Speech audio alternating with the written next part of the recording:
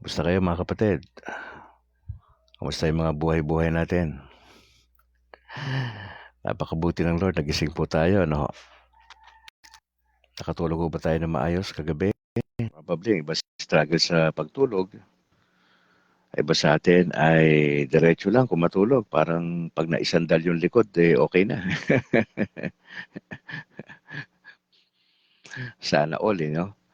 Pagka yung nailapat mo yung likod mo sa higaan mo, isang minuto lang, tulog na. Diho. At dire-diretso, walang hindi ka nabibitin, hindi ka gumigising sa alanganing oras. Alas 5:59 sa aking orasan. Salamat sa Panginoon sapagkat tayo ay nagkita sa umagang ito at mabuti ang Diyos sa atin. At alam ko na ang Lord ay marami siyang pwedeng gawin sa maghapong ito at excited si Kabrad na makita galaw ng Diyos sa maghapon. At eventually magpapasalamat tayo sa kabutihan ng Lord sa ating buhay, sa ating pamilya, sa ating negosyo at sa ating mga relasyon sa ating mga kapitbahay at sa mga kaibigan po natin. Alam mo, isang pagpapala na maging isang bahagi ng Catholic community. At maraming parang excited ako sa pwedeng gawin ng Lord sa akin itong buong taon na ito. Bro Christian Paul Gaylan, magandang umaga. Salamat for joining at sa Gaylan family, God bless. Lord willing bro, matutuloy tayo mamaya sa binabanggit mo. Maraming salamat sa Panginoon. Napakabuti ng Lord. Medyo ano pa rin yung panahon natin. Medyo makulimlim dito sa aming lugar, ano po. Hindi ko alam sa inyong lugar kung kamusta diyan, pero ang mahalaga nagising tayo. Opo. At pwede tayong magsalo-salo mamaya ng Word of God, pag-usapan natin. Aika Ekat, magandang umaga. Salamat for joining sa ating broadcast, kapatid. At samanawa tayo ng Panginoon Diyos sa maghapong ito. Bro Paul, yung binabanggit mo na naipasa, nabasa ko siya actually. At tignan natin kung sana sa wider audience, maiano natin yun. Kasi pag natuloy nga naman yon, yung issue na yon ay medyo mabigat yon. Medyo, yung moral kasi, medyo mabigat yung laman ng ano na yon eh. Try natin pag-usapan yon. Hopefully may magawa yung Catholic community sa issue. Oh. Alright, tignan natin si kapatid na Apple. Dali natin si Apple sa ating... Muli magandang umaga mga kapatid. Salamat sa Lord. Tayo'y nagkita uli. Bro Chubby Martin Uy, kay Kuya Boots. Magandang umaga po sa inyo. God bless mga kapatid. At ang inyong mga parish priest. Ricky Catalunya, magandang umaga po sa inyo. God bless po. Salamat for joining sa ating morning broadcast. Nakabrad. At tabayanan nyo, mamayang gabi yung ating usapan sa Learn to Love. Importante po yun. At excited lagi si Kabrad sa pwedeng gawin ng Lord sa Catholic community nationwide. Lagi tayo nagdadasal sa Panginoon sa tulong ng ating Birhing Maria. Tayo ay tulungan bilang pamilya, bilang community na magawa po natin yung kalooban ng Diyos sa ating mga buhay. Opo, napaka-importante ho nun. At syempre, inaasahan ho natin yung paggalaw ng Lord sa ating buhay. Tingnan natin kasi ito lagi ah, yung ating technical dito sa ating live. Ito yung reality dito lagi, opo. At tayo ng konti. Ayan, nandiyan na si kapatid. Antayin natin siya magpakita ha. Maganda nakikita natin si kapatid eh. Antayin natin siya magpakita sa screen. Morning, Apple. Uy, nawala siya. Dali Okay, dapat makita natin siya. Oh. May galabay lang na dali dapat andito siya eh.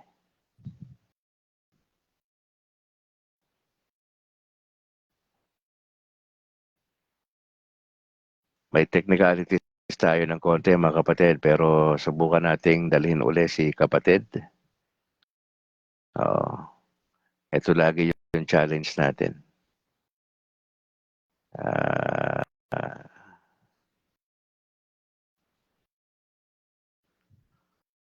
medyo may konting ano tayo sa wifi probably ng kapatid.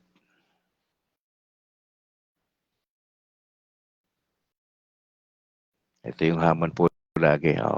Bait natin tignan natin. Ayan. Ganyan talaga. At mahalaga dyan makita sa screen si kapatid. Ayun. Asa ka na? Good morning. Walang video. Hindi ka makita rito eh. Hindi ko alam kung anong nangyayari sa device, pero Okay, di bale. ayan Ang mahalaga nandiyan natin ka, yung boses nandiyan, okay. Mga kapatid, hindi ko makita si Sister Apple sa screen. Probably kayo hindi nyo rin siya makita. Pero nandiyan siya. So, importante yung kanyang boses, no? Sige, mag-start po tayo, mga kapatid. Kumusta kaibigan? Ikaw ay nasa programa ng Kabrad kasama si Brad Calix at si Sister Apple na hindi makita ang kanyang muka. Ang Kabrad po ay para sa Catholic community sa loob at sa labas ng bansa. Layunin nitong alalayan, palakasin at gabayan ng isang Katolikong Pinoy na mas maging malalim pa sa pagkakilala. Yun, kay Jesus at sa mga aral ng simbahang Katolika. Na sinusubukan din ho natin sa biyaya ng Diyos na mabalanse natin yung ating kaisipan, damdamin at sa paggawa ng mabuti sa ating kapwa. Kaya't halina't makinig at tuklasin ang turo na simbahang itinatag ng ating Panginoong Kristo. Ngayon po ay araw ng Miyerkules, 15 sa buwan ng Enero 2025. At ngayon ay narito si kapatid na Apol at para pangunahan tayo sa pananalangin at sa pagbanggit na rin ng ating saint for today. Sister Apol, magandang umaga. Magandang umaga po, Kabrad, at sa lahat ng ating mga tagapanood. Tayo magsisimula. Let us put ourselves in the holy presence of God. In the name of the Father, and of the Son, and of the Holy Spirit. Amen. The Angelus, the angel of the Lord, declared unto Mary, and she conceived with the Holy Spirit. Hail Mary, full of grace, the Lord is with thee. Blessed art thou amongst women, and blessed is the fruit of thy womb, Jesus. Holy Mary, Mother of God, pray for us sinners, now and at the hour of our death. Amen. Behold, the handmaid of the Lord, be it done unto me according to your word. Hail Mary, full of grace, the Lord is with thee. Blessed art thou amongst women, and blessed is the fruit of thy womb, Jesus. Holy Mary, Mother of God, pray for us sinners, now and at the hour of our death. Amen. And the Word was made flesh, and dwelt among us. Hail Mary, full of grace, the Lord is with thee. Blessed art thou amongst women, and blessed is the fruit of thy womb, Jesus. Holy Mary, Mother of God, pray for us sinners, now and at the hour of our death. Amen. Pray for us, O Holy Mother of God, that we may be made worthy of the promises of Christ. Let us pray. Pour forth, we beseech you, O Lord, thy grace into our hearts, that we, to whom the incarnation of Christ your Son was made known by the message of an angel, made by his passion and cross, be brought to the glory of his resurrection, to the same Christ our Lord. Amen. Glory be to the Father, and to the Son, and to the Holy Spirit. As it was in the beginning, is now, and ever shall be, world without end. Amen. For the saint of the day, according to Vatican News, we celebrate Saint Paul the First Hermit. Very little is known about Saint Paul, who is recognized as the first Christian hermit. A nobleman from Egypt, he fled to the desert during the persecution of Decius. According to tradition, his cell is found on Mount Sinai, and he died at a very old age, after more than 90 years of solitary life. Let us offer one Our Father, one Hail Mary, and one Glory be for the intentions of the Holy Father, for the month of January, and for the peace for the whole world. Our Father, who art in heaven, hallowed be thy name. Thy kingdom come, thy will be done on earth as it is in heaven. Give us this day our daily bread, and forgive us our trespasses, as we forgive those who trespass against us. And lead us not into temptation, but deliver us from evil. Amen. Hail Mary, full of grace, the Lord is with thee. Blessed art thou amongst women, and blessed is the fruit of thy womb, Jesus. Holy Mary, Mother of God, pray for us sinners, now and at the hour of our death. Amen. Glory be to the Father, and to the Son, and to the Holy Spirit. As it was in the beginning, is now, and ever shall be, world without end. Amen. In the name of the Father, and of the Son, Of and the of the Son, Holy the Holy Spirit. Spirit. Amen. Alright, kapatid na Apple, baka meron kang anunsyo mula sa inyong parokya at mga ilang kaibigan na pwede mong ma-shoutout sa mga oras na ito. Just go ahead. Good morning po sa lahat ng mga parishioners ng Our Lady of Immaculate Conception, Bakyas Mansilingan, sa aming Kura Paroko, si Father Farley Ray Santillan, sa lahat po ng ating mga church workers na palagi pong nanonood. Good morning din po sa ating CFD family, unang-una sa ating pinakamasipag at gwapo na presidente. President Christian Paul Gaylan, magandang umaga sa iyo, kapatid. At sa lahat ng CFD po doon sa may Antipolo, namimiss ko na kayo. Sila, ang ating bagong presidente din diyan, si President Justin at si President Angelo Marcelo ng Cainta, Rizal. Ayan, magandang umaga. Sa aking pamilya, good morning din po at sa lahat ng mga nanonood. Sa ating mga followers. Salamat po sa may mga nag-a-add po sa akin sa Facebook. Salamat po sa inyo.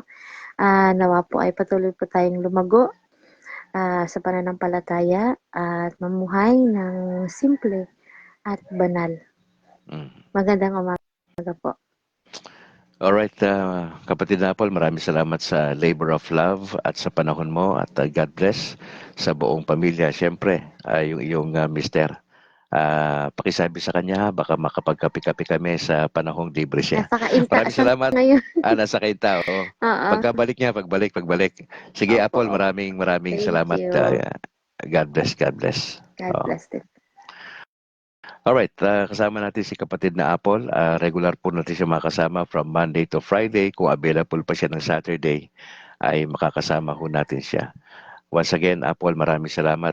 Malaking tulong ka dito sa ating broadcast na kabrad. Alright, magandang umaga, Luzon, Visayas, Mindanao. Maraming salamat for joining. Elizabeth Bacnat, Dicky Kabantugan, Rene Boy Kalimpong, Ate Corazon Gagi, si Bro Christian Paul Gaylan, kay Aika Ekat, at kay Bro Chubby Martin Uy, sa kay Kuya Boots. Magandang umaga po sa inyo, mga kapatid. Batiin ko lang din yung aking mother na si Mama Elsie, si Eloisa, dyan sa Cainta, si Fred Al, si Charo, si Nicole, si Jairus Matthew, si Buddy, si Bimbim, si Picoy. Magandang umaga sa inyo. Pinabati ko rin si Rock, si SB, ang kanyang buong pamilya. Si Judy, si Ronly, andyan sa bahagi ng Pangasinan, si Buboy sa Kasisela.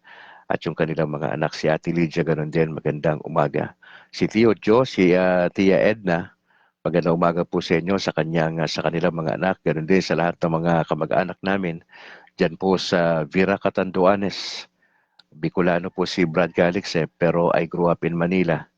So Manileño po tayo. Salamat sa Panginoon dahil napakabuti ng Lord sa mga kamag-anak natin dyan sa Kalulubon, Palawig, San Andres, yan ang pinaka-address namin dyan sa Catanduanes. Magandang umaga po sa inyo. Pagbati rin kay Bishop Patricio dito sa Diocese ng Bacolod. Bishop, magandang umaga po. Si Father Dominic Diramas at sa lahat ng makaparian natin dyan sa Bacolod, sa Diocese. Good morning. Kay Sister Mercy ng Pauline Media at lahat ng staff, magandang umaga po. Si Reverend Father Hubert Abellana ng St. Therese of the Child Jesus Quasay Parish sa Barangay 35, kay Reverend Father Breden Ray Gamala, spiritual advisor po ng CFD Bacolod. Si Doc Ray Intila sa kanyang buong pamilya, magandang umaga po.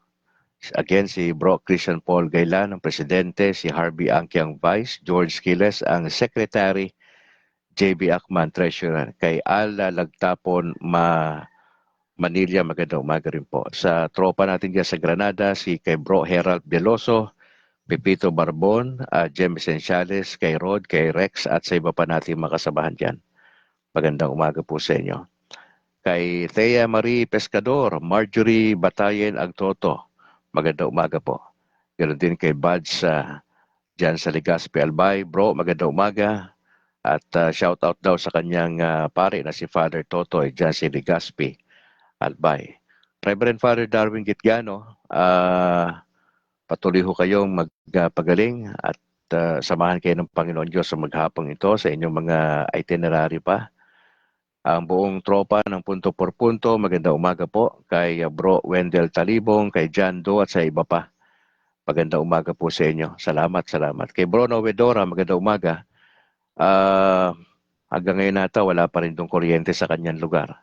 Kaya medyo hirap tayong makasama si Bro Nove sa ating broadcast. And Lord willing, maayos na po yun as soon as possible para ho yung aming tambalan kada Sabado ay dire-diretso na. Lord willing, etong Saturday ho ay makasama natin si Bro Novedora. At sa lahat ng mga converted pastors, magandang umaga po. Luzon, Visayas, Mindanao, God bless, God bless, God bless. Gusto ko rin batiin yung aking parish priest dito sa San Juan Nepomuceno Parish Church. Sa Sumag, si Reverend Father Luan Torrefranca. Pads, magandang umaga po. Ganoon din kay Reverend Father Nobles. Yung aming dalawang seminarians na si Bro Simon sa si Bro Kent, magandang umaga sa inyo. Sister Malu ng Pastoral Council at yung kanyang mga kasamahan ng mga opisyales, ganoon din si Bro Bernardo Apoyon and Company. Maraming salamat po sa inyo. Binalbagan Servants of the Divine Mercy, kay Bro Chubby Martin, Bro Boots, magandang umaga. Sa kanilang mga elder na si Bro Pabs Gonzales, John Englis, at sa grupong All for Jesus Life Ministry. Kay Bro Johnny Bigay, Willie Canseco, Joseph Benedicto. Magandang umaga po sa inyo, mga kapatid. God bless the Binalbagan Servants of the Divine Mercy at ang All for Jesus Life Ministry. Sa Pesma Plaza, Israel, magandang umaga po sa inyo, mga kapatid, o tanghali o gabi dyan. God bless kay Bro Romel Jerry Natalio at sa kanyang mga kasamahan. Maraming salamat po sa Pesma Plus sa inyong pananalangin po sa ating broadcast.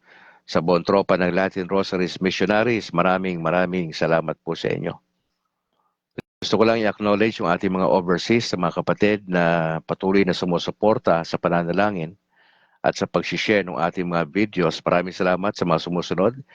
Kay Sosimo Inodio Jr. sa Ireland, kay Angel Amoma sa Japan, Alex Dugang sa Columbus, Ohio sa USA, Elenita Billete dyan sa Greece, si Rosa Tadeo sa Hong Kong, Roberto Galang sa Rome, Italy, kay Tha Arnel Jawod Segosyo sa Malaysia, kay Usting Fabon Robines Umpad sa Silisi, Italy, Romel Parado sa Perugia, Italy, Arturo Pagarpatan sa Ghana, Africa, kay Rego Perocho dyan sa Kuwait, kay Alan Janeta sa Hungary, kay James Walter Hibanada Tapik sa Canada, kay Enteng Narem sa Libya, sino pa?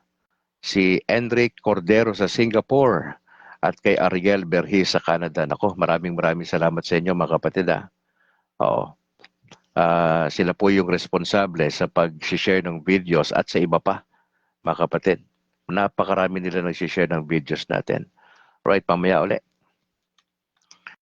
Diretso tayo sa word sa ating gospel for today, mga kapatid. Mark chapter 1 verse 29 hanggang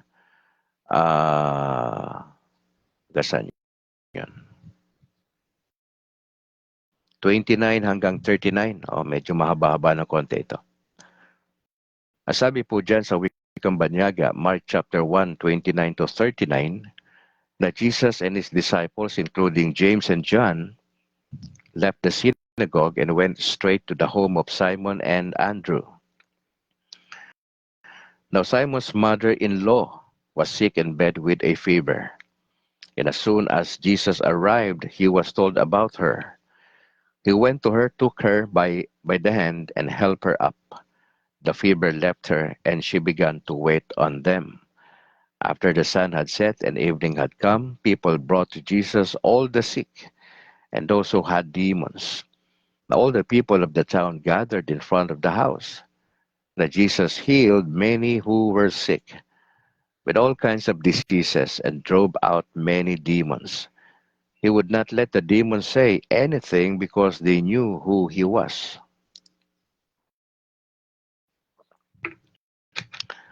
Now very early in the next morning, long before daylight, Jesus got up and left the house. He went out of town to a lonely place where he prayed. But Simon and his companions went out searching for him. And when they found him, they said, "Everyone is looking for you." Now Jesus answered, "We must go on to the other villages around here. I have to preach in them also because that is why I came." So he traveled all over Galilee, preaching in the synagogues and driving out demons. Mga kapatid, ano yung makikita natin ditong una? Again, ang Panginoong Yesus ay naging popular na nung panahon na yan. At dito ho ay kitang-kita rito yung kanyang kapangyarihan to heal.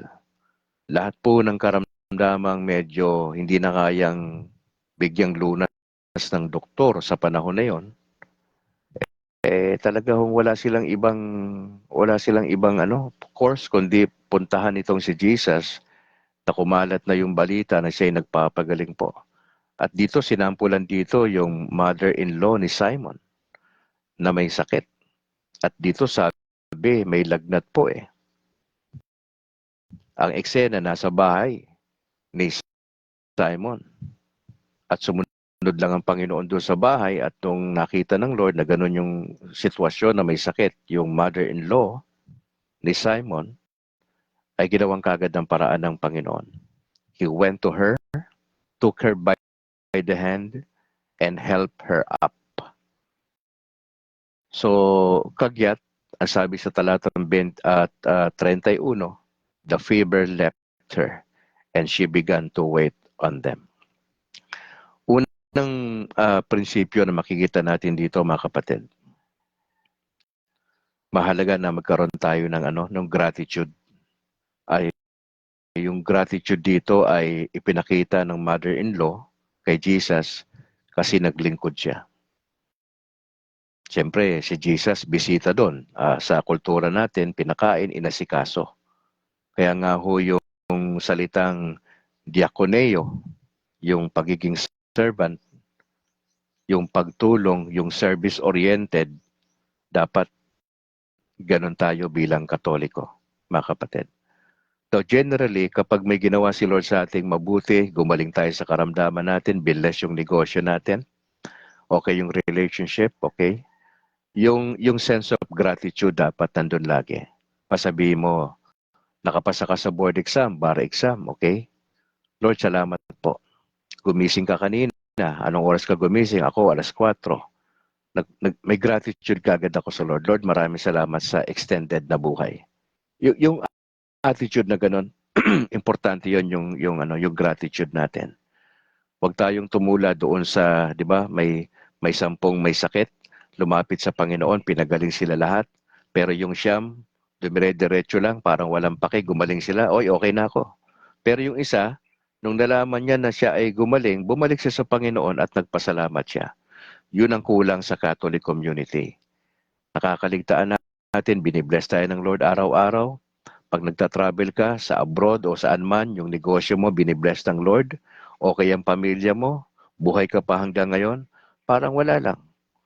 Parang ayaw magpasalamat sa Lord. Parang nagmamalaki pa na yung negosyo niya ay galing sa Kanya, na malakas siya. Mga kapatid, pwede naman bawiin ng Lord yung hininga natin eh. Pwede naman nagninegosyo tayo, kunin ng Lord yung kalahati dyan para matuto tayo magpasalamat sa Kanya. Na yung talinong pinagmamalaki mo, pwede naman kunin sa'yo yan. Di ba? Pero ba't hindi ginagawa ng Lord yan? Kasi nga, napaka-gracious ni Lord. Ang gusto ni Lord ma-develop sa atin, yung gratitude ba? Yung nagpapasalamat. Now, pangalawa nangyari dito, after the sun had set and evening had come, nung gabi naman, ang eksena naman, nagpupuntahan yung mga taong may sakit doon sa bahay. All the people of the town. Hindi na binanggit dito ni Mark kung ilang piraso yung nagpuntahan, pero palagay ko marami-rami yan kasi lahat po ng tao sa town eh. O imagine mo na lang yung town, di ba? O sabihin mo na lang barangay, naku, ang laki ng barangay. Sabihin mo na sitio, o marami pa rin. O imaginein mo, ang dami-daming tao doon sa harapan ng bahay. Dinala po ng mga tao, lahat ng may karamdaman. People brought to Jesus all the sick and those who had demons. Yung may sakit, tas inaalihan ng masamang espiritu. Anong ginawa ng Lord? Sabi ba ng Lord, umuwi nga kayo, masyado kayong kasabad sa inyo ba? Wala namang ganun. Walang ganung eksena at nakalagay dito sa Bible. Walang ganun. Kundi inasikaso sila ng Panginoon.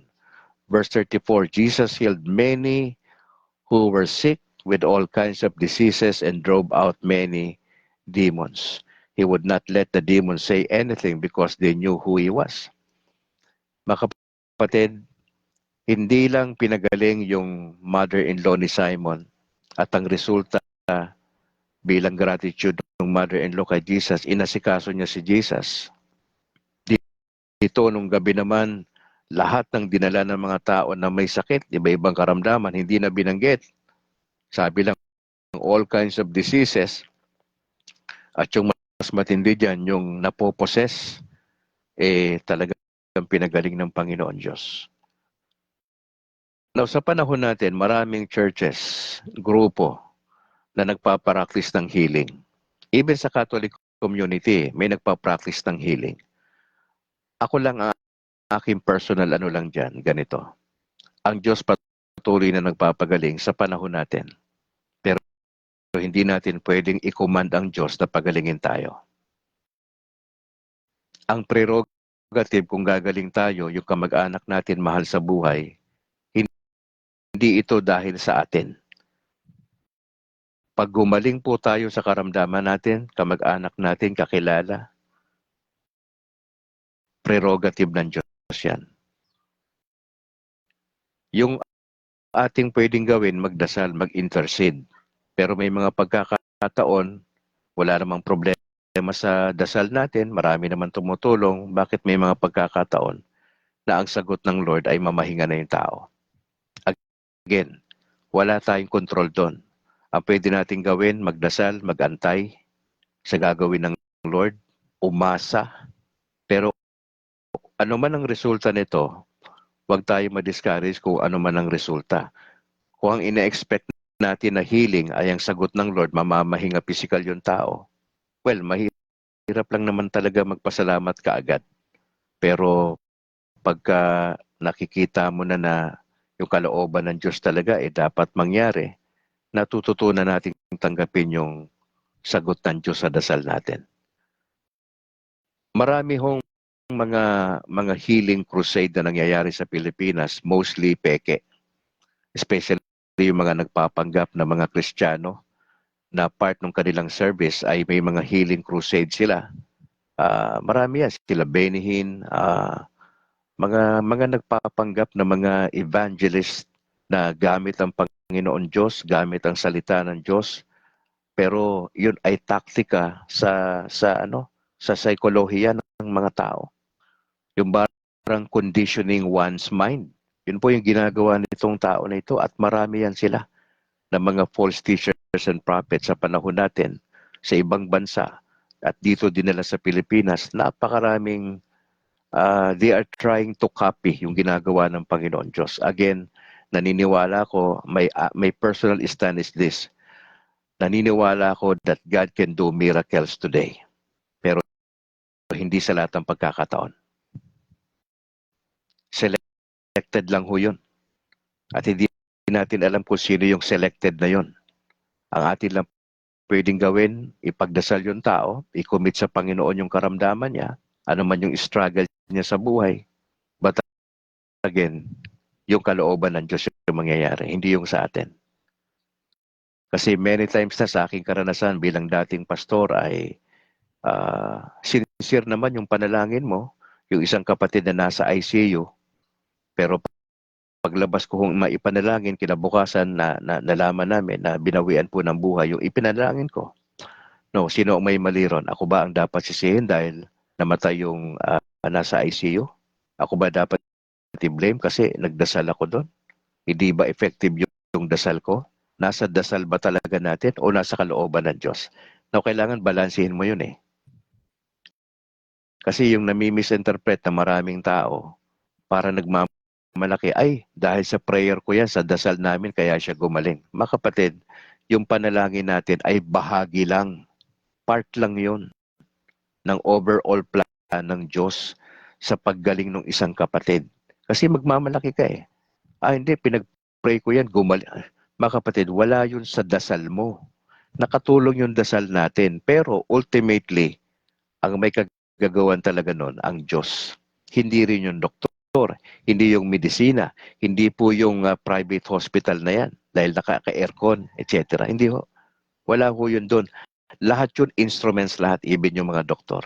At yung pananalangin natin ay instrumento din. Ang glory, ang credit lagi sa Diyos. Hindi po sa dasal ng pare, hindi sa dasal kung sino-sino, hindi ho. Kasi magmamalaki ka, ang credit kukunin mo, hindi. Ang credit lahat nasa Panginoong Yesus. Ang maganda lang sa atin, sa Catholic community, maraming tumutulong sa ating magdasal.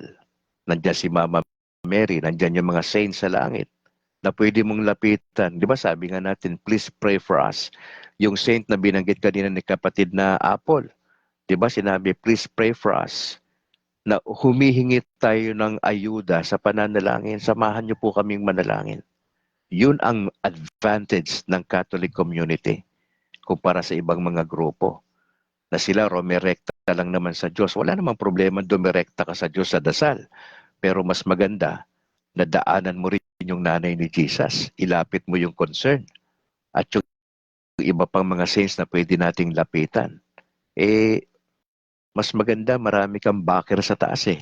Di ba? Di ba?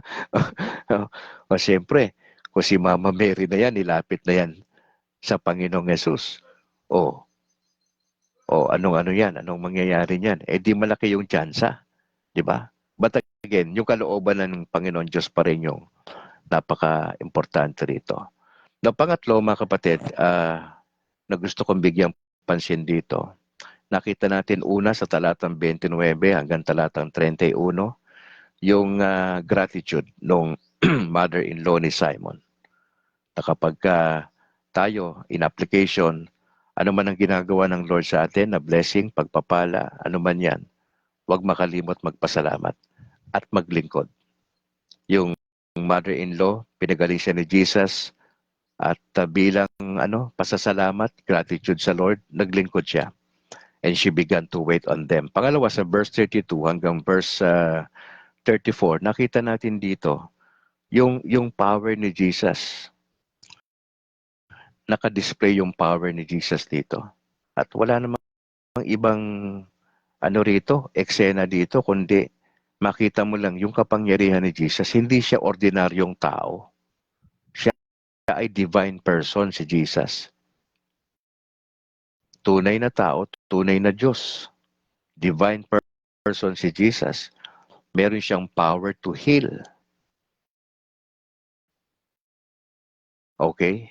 At sinasabi natin, naniniwala tayo sa miracle na pwede mangyari pa rin sa panahon natin. Pero ang prerogative ng healing ay nasa Diyos pa rin. So, pangatlo, mga kapatid, na gusto ko i-share sa inyo rito, yung importante na ginagawa ng Panginoon. Na siya po ay nagpunta doon sa isang tahimik na lugar sa verse 35. Na siya po ay nagdasal, mga kapatid. natin kakaligtaan to sa kabila ng apostolate natin. Marami tayong ministry na kung saan tayo involved. Maganda ho yan. Thumbs up yan si Lord sa atin. May apostolate po tayo. Nako, maganda po yan. Pero tandaan po natin sa kabila ng business natin sa gawain ng Panginoon Diyos, we try to balance everything, especially by putting emphasis doon sa kahalagahan ng pananalangin. Now, saan siya nagpunta? Doon sa lugar na tahimik. Now, sa kwarto natin in application, mag-set aside tayo ng parang designated place sa bahay natin na kung saan tahimik, yung ambience niya okay, na kung saan pagkapasok mo ron, ang intention mo magdasal. Of course, kapag wala naman tayong kwarto sa bahay, pwede naman kortina lang di ba? Parang divider natin, tapos maski na kalahating di pa lang yan, na paikot. Importante lang doon na kapag nandun ka, inano mo yung kortina, ang purpose mo doon, magdadasal po tayo. It helps a lot mga kapatid na nakita ko yan sa buhay ko bilang dating pastor na marami busy, parang pare, no? Busy, maraming activities, itinerary sa isang linggo, ang daming schedules dapat puntahan. Pero nakita ko na hindi masyadong effective yung manggagawa kapag kulang sa dasal. That's why sa Catholic community, nakakatuwa kasi marami tayong mga kababaihan na ang kanilang focus magdasal sa maghapon. Now, hindi naman lahat ng Katoliko kayang gawin yon. Pero may mga talagang mga nag-i-stand out na mga kababaihan. Mostly kasi ang mahilig magdasal babae. Even magrosaryo. Okay? Puro babae po yan. Yan ang kanilang nakadesign ang mga kababaihan sa pananalangin. Ang mga lalaki, hindi tayo masyadong ganon. Even sa pagro-rosaryo, medyo pa tayo dyan, nag-i-struggle tayo. Pero ang point, mahalaga po yung dasal. Hindi lang ho na parang gawin natin yung dasal na parang may emergency lang. Dasal tayo. Hindi ho. Yung moment by moment ba? Kasi yung dasal, hindi lang naman ito yung petition sa Lord eh. Yung thanksgiving, yung gratitude, part yan ng prayer. Now, hindi naman necessary na nakapikit ka, nakataas yung kamay mo pag nagdadasal ka. Hindi, habang nagluluto ka, habang nagdadasal ka, you can pray actually. Habang bumabiyahe ka, you can utter some prayers. Okay? Hindi naman din kinakailangan mag-display ka in public na talagang naririnig ng tao yung dasal mo. Ang dasal po talaga ay sa puso galing. Although sa ating mga Katoliko ay meron tayong pattern. Importante lang yon para may order, no? Ang mahalaga lang doon na napapractice natin na meron tayong panahon. Manalangin. Merong medyo may controversial dito ng konti para sa akin. Controversial kasi nga, akala ko 3 lang yung nakita ko rito ang prinsipyo. Pero may nakita pa akong isa dito po sa verse 38. Diba, pag nakita ng mga disciple, hinanap nila si Jesus, natagpuan siya. Tapos ang bungad ng mga ni Simon at yung kanyang kasamahan, nung makita si Jesus, everyone is looking for you. Hinahanap ka ng marami. Okay? Hindi sila nag-join sa prayer kay Jesus, siguro tapos na si Jesus. At nung makita nila siguro, patapos na manalangin ng Panginoon. Tapos ang bungad ng mga alagad, ay marami naghahanap sa'yo. Ano sabi ng Panginoon, verse 38? We must go on to the other villages around here. I have to preach in them also, because that is why I came. So unang prinsipyo, nakita natin yung gratitude, dapat magresulta ito ng paglilingkod. Pangalawa, ang miracles can still happen sa panahon natin. Pero nasa prerogative ng Diyos yun. Nagpapagaling pa rin ho. So let us be hopeful sa mga sitwasyon po natin. Pangatlo, yung kahalagahan ng pagdadasal, yung nakita natin dito. Ika-4 na nakita kong prinsipyo rito, mga kapatid, yung malasakit ng Panginoon Diyos sa ibang lugar. Ang sabi ng verse 38, we must go on to the other villages. At sabi niya rito, we must go. Hindi niya sinabi na we should go, kundi sabi we must go. Saka nakita ko rin dito ang apostolate mas effective kapag we do it na by team. Tandaan nyo, may team si Lord, 12. Hindi siya bumabanat mag-isa sa ministry. Ang apostolate ng Lord marami. Pero nakita natin, mahalaga sa kanya yung team. Ang sabi niya, we. Hindi niya sinabi, ako na to, kaya ko na to. Ano kayo? Uwi na kayo, pahinga na muna kayo doon. Medyo napagod data kayo, boys. Pahinga kayo doon. Ako lang to, kaya ko na to. Hindi. Sa totoo lang, kaya naman talaga niya kasi Diyos siya. Pero bakit kinakailangang isama niya yung mga alagad? May purpose yun. Bakit niya sinasama? Para matuto at makita nila yung actual na gagawin ng Panginoon Diyos. So mahalaga sa apostolate natin, by team tayo. Team effort, importante yan. As we do yung ating different apostolate po, kailangan may team tayo. Importante yan. Yung ating malasakit, importante yan. Sabi ng Lord, I have to preach in them also because that is why I came. Hindi po totoo na si Lord ay may pinipiling tao lang na ililigtas niya. Hindi ho. Ang sabi ng Bible, ang desire ni Jesus that all people will be saved. Yung ibig sabihin ng all people doon, iba't ibang tribes, nations, gusto niya maranasan nila yung buhay na walang hanggan eh. Wala hong particular, although particular una sa Hudyo yung una yung salvation, pero na-extend ito sa mga Gentiles na katulad po natin. Mga kapatid, tandaan natin, we are all missionaries. Lahat tayo misyonero. Itong pagbabahagi ng Word of God, trabaho natin to bilang Katoliko. Yung ating mga pare, may sarili silang ginagawa. Pero yung part natin bilang mga sundalo ng Panginoon, bilang mga missionary, ay magkaroon tayo ng collected effort na magkwento tayo. Magkukwento ka lang tungkol sa Panginoon at invite mo yung tao na talagang kumilala sa ating Panginoon Diyos. Of course, may proseso tayong dinadaanan. Bago sila doon sa baptism, na sacrament of baptism, may catechism yan. Tinuturo yung mga preliminaries. Yung aking dalawang anak ay nag-undergo na ho sila ng pagtuturo. Nung last Sunday, nagsimula na at may 2 Sundays pa ho.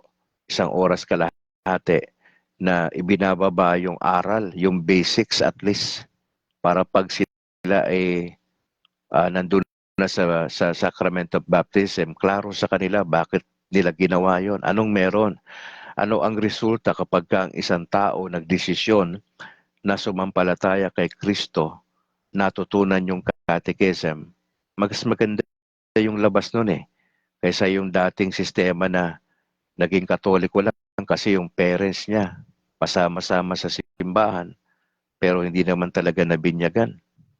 Nagtitake ng ostia, ng Holy Communion, ng Eucharist pag Sunday, hindi pala klaro sa kanya yung mga aral ng simbahan. Kasi hindi siya dumaan sa katekismo. Yun po yung dilema sa Pilipinas. Maraming porsyento na nagsisimba, hindi nila alam ba't sila nasa simbahan. Bakit sila dumadalo sa misa? Ano yung impact ng Holy Communion sa buhay ng isang Katoliko? Ano bang ibig sabihin ng pagiging Katoliko? Marami ho yan. Kung siguro mag-i-interview kayo sa parokya nyo, baka 3/4 ng mga parishioners natin ay nandiyan sa ganyang sitwasyon. Ilang piraso lang yung katekista natin Si Brad Calix ay nag-undergo tayo ng pagsasanay to become a catechist. Mahaba-habang proseso pa ho yun. It takes time and discipline. Ilang piraso lang naman ang catechist sa bawat parokya. Hindi ho biro maging katekista. Kasi yung pinag-aaralan po namin talagang binabaybay namin yung kabuuan ng Catechism of the Catholic Church. Yung makapal na libro. May mga pari ho na nagsasalita dyan, seminaryan, at yung mga katikis na matatagal na sa Diocese ng Bacolod, sila po yung nagsishare po sa amin. Salit-salitan po sila. Ito nga po sa mga huli na, mga pari at mga seminarians so yung nagsishare sa amin eh. Kakaunti lang ang bilang ng catechist sa kada parokya. Ang concern ni Brad Calix, yung mga kabataan, importante maturuan bago sila magdesisyon na maging talagang katoliko. May proper understanding dapat. Kasi kung walang proper understanding, may problema yun, hindi yun tatagal eh. Yung idea na good Catholic, mabigat ho yun. Kasi pag good Catholic ka, number one, follower ka ni Jesus. Pangalawa, importante sa'yo, yung obedient heart. Yun lang naman ang tingin ko dyan, dalawa lang naman eh. Paano mo nasabi na ano ka, na good Catholic ka? Number one, follower ako ni Jesus. Siya naman ang sentro ng simbahan, hindi naman kung sino-sino eh. Si Jesus yung pinakasentro natin eh. Pangalawa, mahalaga sa atin, itinuturo sa atin ng simbahan, yung pagsunod natin sa kalooban ng Diyos. Meron tayong 7 sacraments. Marami tayong nalalaman tungkol dun sa mortal and venial sins. Yung turo ng Catechism of the Catholic Church, kompleto po eh. Pero kung sisimplihan mo, dalawa lang naman eh. Para maging good Catholic, dalawa lang. Maging follower ka ni Jesus, yung tuod-tuod na pagsunod. At saka yung sumusunod ka. Kasi hindi kang pwede maging follower ni Jesus kung wala kang desire sumunod sa kanyang kalooban. Ano yung kalooban ng Diyos? Na nasa state of grace ka. Wala ka sa mortal sin. Kalooban ng Diyos, nagmimisa ka. Gumagawa ka na mabuti sa kapwa. Dalawa lang. To be a good Catholic. Follower ka ni Jesus at meron kang pagsunod sa kanyang kalooban. Yun lang. Para sa akin. Doon lang ako iikot sa buhay ko bilang Katoliko. Na gusto ko, etong 2025, I'd like to become a good Catholic. Ang definition ko para sa akin sarili, a good Catholic follow Jesus Christ. Daily life yan ha. Hindi yan once a week. Hindi yan pag birthday mo lang. Ay, tama si Brad Calix, follower pala ako ni Jesus. Siguro gawin ko lang yan once a year lang siguro pag birthday ko lang. Hindi po, daily life yung pagiging pagsunod natin. Pangalawa, yung conscious ka na sumunod ka sa kalooban ng Diyos. Yun lang naman yun eh. Yung 10 commandments natin, obedient naman niya. Obedience naman ang pinag-uusapan dyan eh. Mag-obey lang tayo eh. Inseparable yung faith sa obedience. Magkasama yan. Yung kanta namin sa Baptist na trust and obey, hindi pwedeng nagtatrust ka sa Lord, hindi ka nag-obey. At hindi ka naman pwedeng mag-obey nang hindi ka nagtatrust. Magkasama po yan. Hindi pwedeng tanggalin ang isa dyan. Hindi pwedeng tumayo ang pananampalataya sa sarili nito. Ang pananampalataya plus yung obedience natin sa kalooban ng Diyos. Yan po yung yan po yung seselyo dyan. Tapos naintindihan natin, dahan-dahan, ang turo ng simbahan. Ina-apply natin sa buhay natin. Mga kapatid, I'd like to close this bilang hamon po sa lahat ng Catholic community nationwide. Mga kapatid, sumentro tayo sa Panginoon. Tapos na po tayo doon sa hatred natin sa ating mga enemies. Winawakasan ko na po yun. I have done my part. Meron na tayong extensive na pagpapaliwanag niyan, yung modus 1 to 7. I think nasabi ko na lahat doon. Ang dapat natin gawin ngayon bilang Catholic community, ma-develop sa atin yung pagmamahal sa Panginoon, yung ating spiritual life. Tutukan natin yon. Paano tayo mag-grow sa ating Christian life? tutukan natin yung change life, mga kapatid. It's about time for us bilang Katoliko. Pagdating sa kasalanan, hindi natin mahal yung kasalanan. We try to avoid yung mga kasalanan na maglalagay sa atin sa dulo na magiging delikado yung kaluluwa natin. Hindi madali, sa totoo lang.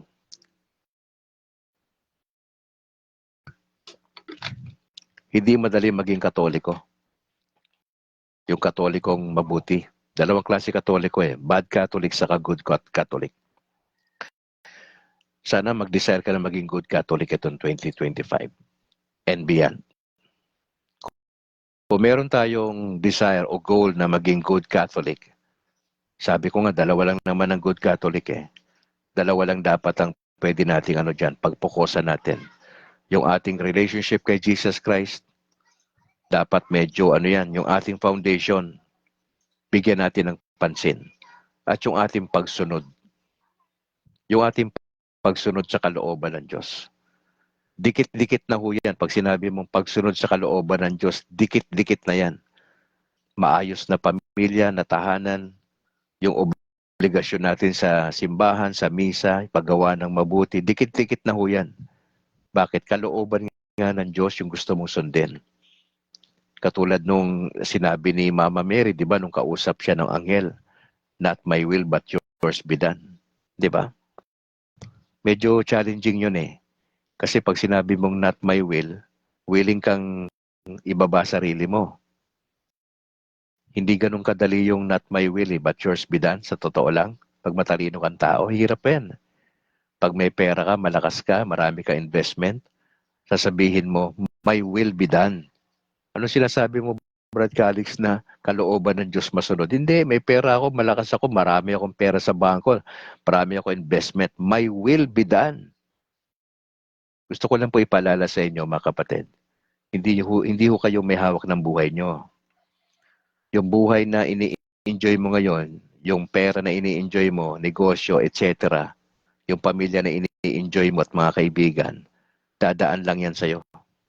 Dadaan lang yan. Hindi yan permanente. Yung meron kang wealth, dadaan lang yan. Lilipas din yan. Ipapasa mo rin yan. Mawawala sa yan. Nanakawin sa yan. Ang pinakamaganda lang, tumutok tayo sa Panginoong Yesus. Ano man yung sitwasyon mo, pang-ekonomiya, sakto lang yung sweldo mo, etc. E di makontento tayo. Eh kung mayaman po kayo, may surplus kayo, edi ibigay sa mahihirap. Itulong natin sa mga kapatiran natin. Mga kapatid, hindi nyo kailangang umalis sa simbahan para ipakita nyo na maayos ang buhay natin. Hindi ho. Stay put ka sa church. Hindi mo kailangang mag-entertain ng ibang grupo. Paliwanag mo lang, ay Brad, pasensya na. Meron kami. Meron kaming Bible sharing. Nandiyan na si Brad Calix. Nandiyan na si Reverend Father Darwin, sila Wendell Talibong. Ang CFD nandiyan na. May katekista kami. Manindigan ka lang. Huwag mo na silang entertainin. Ganun kasimple. Kasi additional lang yan sa bagis mong dala eh. Huwag na. May sarili kang bagahin, dala-dala mo eh. Doon ka na mag-concentrate ka na doon sa pamilya mo. Ayusin na natin yung pamilya natin. Mga kapatid, community tayo ha, pamilya tayo. Mahalaga pag community, may communication tayo, willing tayo magpatawad. Yan yung community. Kasi pag may problema ang isa sa atin, apektado si Brad Calix eh. Diba, pag masakit yung ngipin mo, apektado buong pagkatao mo eh. Ganon din sa community, sa Catholic community. Pag may isa dito, nakasama kay Brad, nagka-problema, apektado si Brad Calix. Maghihiwalay kayo, mag-asawa, pero matagal na kayong Katoliko. O, masasaktan ba kami bilang miyembro ng pamilya? Yes. Kasi hindi yun ang disenyo ng Diyos maghiwalay kayo bilang mag-asawa eh. Hindi disenyo ng Lord na may third party. Hindi design ng Lord na may negosyo ka na hindi ka honest eh. Nasasaktan yan, first and foremost, si Jesus. Pag tayo po ay bad Catholic. Nandito ako, pinadala ng Lord sa inyo, mga kapatid, para let us journey together. Ha? Maganda yun eh. Let us journey together. Hindi ko to kaya mag-isa. Hindi nyo rin kaya mag-isa. So, nakakaya natin kasi team tayo na humaharap sa kasalanan. Mas malakas tayo kasi grupo tayo eh. How I wish and pray mga kapatid na mabago ang ilang practices sa simbahang katoliko. Gusto ko maging direkta po sa inyo mga kapatid. Huwag sanang pagkatapos ng misa, uwian na tayo kagad. Subukan natin mga kapatid na pagkatapos ng misa, i-organize natin yan. May pamilyang 2 o 3 na in charge kayo sa kape-kape, sa tinapay, magdala kayo, kwentuhan. Anong purpose nun, Brad Calix? Yun po kasing ginagawa namin eh. Pagkatapos ng gawain, nagmimerienda ho kami, usap ng konti. Para saan? Informal ho na usapan lang yon. Pero nalalaman mo, may pinagdadaanan pala yung kapatid. Opportunity yun para maipagdasal mo siya on the spot. Nalalaman mo siya. Nakakapagministeryo ka sa kanya. Yun ang kulang sa atin. Obserbahan mo, pagkatapos ng misa, nag-uuwian na kagad. How I wish ma-develop sa atin yung kultura na huwag kayong magmadali. Pag tapos na yung misa, okay, let's gather together. Magsimula tayo sa 2-3 pamilya sa isang lugar. Di ba sa simbahan naman natin, meron namang area dyan na pwede kayong mag-gather ng kalahating oras purposely para magkape-kape, magkwentuhan ng konti, tapos manalangin kayo. Tapos saka na kayo uuwi. Sa simbahan po namin, no, ako'y pastor pa, may once a month po kami. Pagkatapos ng worship, doon kami kumakain, nagdadala kami ng pagkain, doon kami nagla-lunch. At maganda ho yung epekto nito kasi nagkukwentuhan kayo informal, ano? Of course, yung mga lalaki, mga babae, may kanya-kanyang grupo yan, mga young people, young professional, may kanya-kanyang grupo yan. Pero pag nag-gather yan, nagkukwentuhan at nagdadasal, nagpapalakasan ng loob. I wish, gusto ko yan makita sa parish ko. Na gusto ko sabihin to sa aking parish priest. I-suggest tong bagay na ito. Kasi kung walang mag-i-initiate nito, walang mangyayari. At hindi masama yan, kapatid. Makakatulong yan para ma-develop yung ating community. Tandaan nyo, community tayo, pamilya tayo. Hindi nagawa mo na yung misa, uwi ka na. Hindi ho ganun eh. Pamilya nga tayo, kailangan tayong mag-usap. Wala tayo ibang pagkakataon, Sunday lang, di ba? Hindi naman tayo lahat nakakapag-misa, araw-araw. Di ho ba? Kaya nakikita ko lang ho yan na parang pangangailangan natin na sana makita ito. May mag-initiate. Hindi yan masama. Pag may mag-i-initiate dyan, sana consistent lang. Hindi yung etong Sunday meron, next Sunday nagkakatamaran, tapos may nakita mo, uy, may utang sa akin yun, bakit nandyan yan sa fellowship natin? Itigil mo na yan kasi hindi nga maganda yan. Huwag na tayo mag-isip ng hindi maganda sa kapwa natin. Learn to love. Announcement mga kapatid, mamayang gabi, alas 7 ay sa ating Learn to Love. Series number 3 ay maganda ko pag-uusapan natin. Lord willing, maging okay yung wifi natin, no? Dire-diretso po tayo. Nag-decide na po si Brad Calix na ititigil ko na yung mga banat ko, no? Yun na yun. Tapos na ako doon. Ang gusto kong gawin natin bilang Catholic community, to focus yung ating sarili sa relationship natin sa Panginoon, yung ating spirituality ba? Let's dig deeper sa Word. Yun ang kailangan natin. Na meron tayong strong foundation, yung discipleship ba? Yun dapat ma-develop sa Catholic community. Yung sense of belongingness, yung discipleship. Lalaki sa mga tatay, young professional, meron tayong grupong maliliit na kung saan ang purpose to strengthen one another. Wala tayong ibang gamit kundi ang salita ng Diyos. Of course, meron tayong guide na catechism ng the Catholic Church. Pero ang pinaka main idea nito ay to strengthen one another. Kasi pag na-develop yan sa taon na ito, walang dahilan para umalis na simbahan. Kasi naaasikaso ka eh. Natitignan yung pangailangan mo spiritual. So yan basically yan ang gustong makita ni Brad Calix sa mga susunod na taon. May strengthen yung ties natin bilang pamilya, bilang community, na mabuo sa atin yung pagiging responsable nating Katoliko. yung goal natin to become a good Catholic. Simulan po natin yan. Alas 6:58 ng umaga, mga kapatid, supportahan niyo po yung ating YouTube channel, ang State of Grace TV. Nandyan po nakapost lahat yung ating Gospel Reflections from Monday to Sunday. Yung ating Learn to Love series, nandyan ho yan. Yung ilang pagbabalita, nandyan.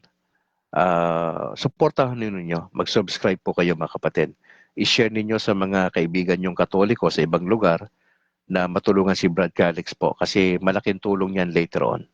Opo. Ipanalangin niyo po. Mga kapatid,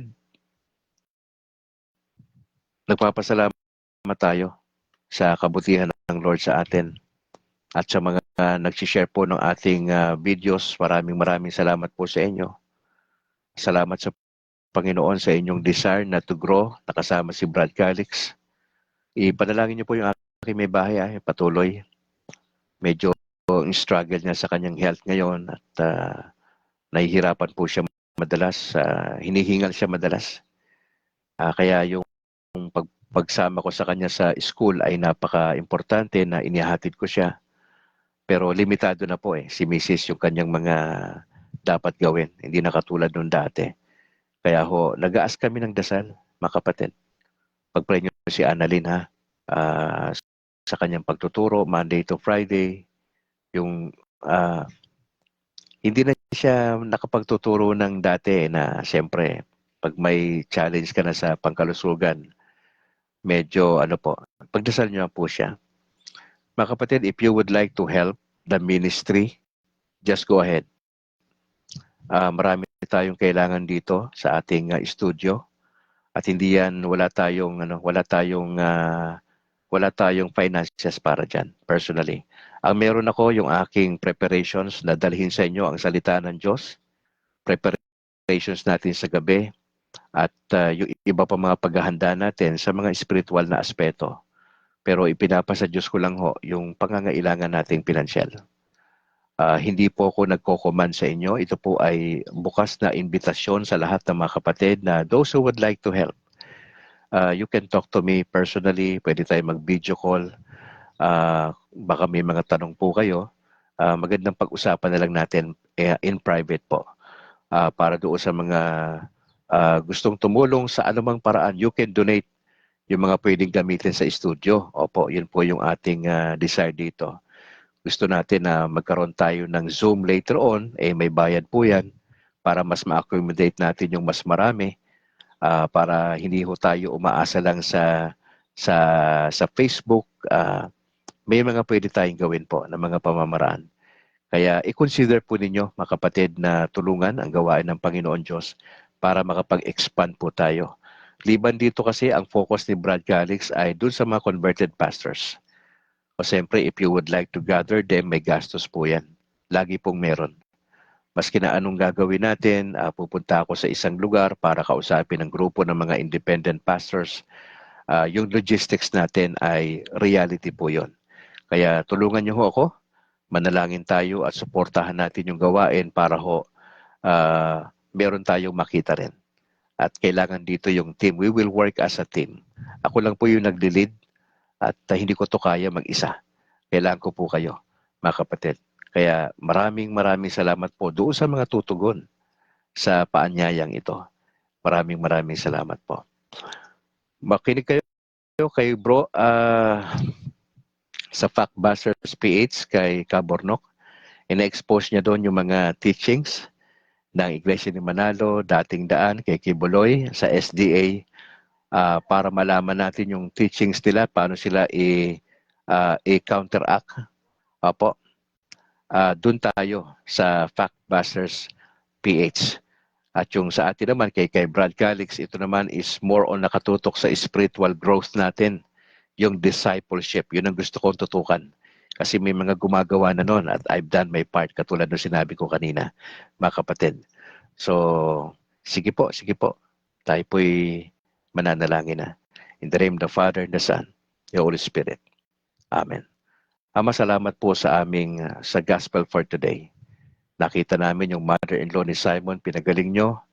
at nagresulta ito na siya ay naglingkod sa inyo. Sa inyong panahon sa lupa ay marami kayong pinagaling na iba't ibang karamdaman, and even yung mga napoposes na tao ay pinalaya niyo po sila. Nagkaroon din kayo ng pagkakataon magdasal sa kabila ng inyong pagiging abala, ay meron kayong time to pray. At ika-apat, nakita namin yung malasakit nyo sa ibang tao. At sana kami bilang Katoliko, mga misyonary kami lahat. Huwag sana kaming makontento lang sa aming sariling bakuran. Mahalaga po na makita namin yung ibang tao na hindi Katoliko, na nasa ibang pananampalataya. Sila rin po ay nilikha ninyo ayon sa inyong wangis. At dapat magkaroon kami ng desire din, abutin sila. Hindi sa paraang debate, kundi sa paraan ng mahinahon na pagbabahagi ng salita ng Diyos at pagpapakita ng magandang ehemplo sa aming buhay. Napakabisang paraan po yun ng pag-iibanghelyo. Lord, I just pray kay Pope Francis for good health. Kami nagdadasal po ng inyong gabay para sa kanya, sa lahat ng mga cardinal sa Vatican, sa lahat ng archbishop, bishops, at sa mga kaparian po namin, lalo na sa Pilipinas. Magampananawa nila ang tungkulin, ang bukasyon ng maluwag sa kanilang puso at kagalakan na tulungan ang mga mapagpastoran nila, mga tupa na katulad namin. Lagi namin pinagdarasal din ho ang nangyaring wildfire sa California noong mga nakalipas na araw. Tulungan niyo po silang makarecover. Maraming nawala ng bahay at marami pang iba. Even sa mga residente sa bulkan ng Canlaon dito sa Occidental, ay may mga ayon sa balita ng PhilBox ay may mga pagbuga-buga naman ng mga sulfur. At nagdadasal po kami na patuloy niyo ingatan ang mga residente. Maraming salamat, Panginoon, dahil kayo po ay napakabuti. Samahan niyo po yung mga kasama namin sa broadcast ngayon, sa kanilang mga pinagdadaanan sa negosyo, sa relasyon, sa trabaho, sa buhay pag-aasawa, sa kanilang mga anak. Matutunan namin lumapit sa Panginoon Diyos at ipaubaya sa Kanya mga bagay-bagay. At siyempre, meron din kaming dapat gawin. We have to participate sa kalooban ng Diyos, na maging obedient kami sa kalooban ng Diyos. Lord, bahala na ho kayo sa akin may bahay at sa lahat ng may mga karamdaman po. Ang amin lang ho, tuloy-tuloy na dasal, may pag-asa kaming inaantay ang kalooban nyo na sa pagpapagaling. Maraming salamat kay Mama Mary for helping us na manalangin at sa iba pa mga saints sa langit. Maraming salamat po. Blessed Virgin Mary, salamat po. Salamat sa inyong tulong sa pananalangin. Tulungan nyo kami ma-enjoy ang buong maghapong ito ng Miyerkules.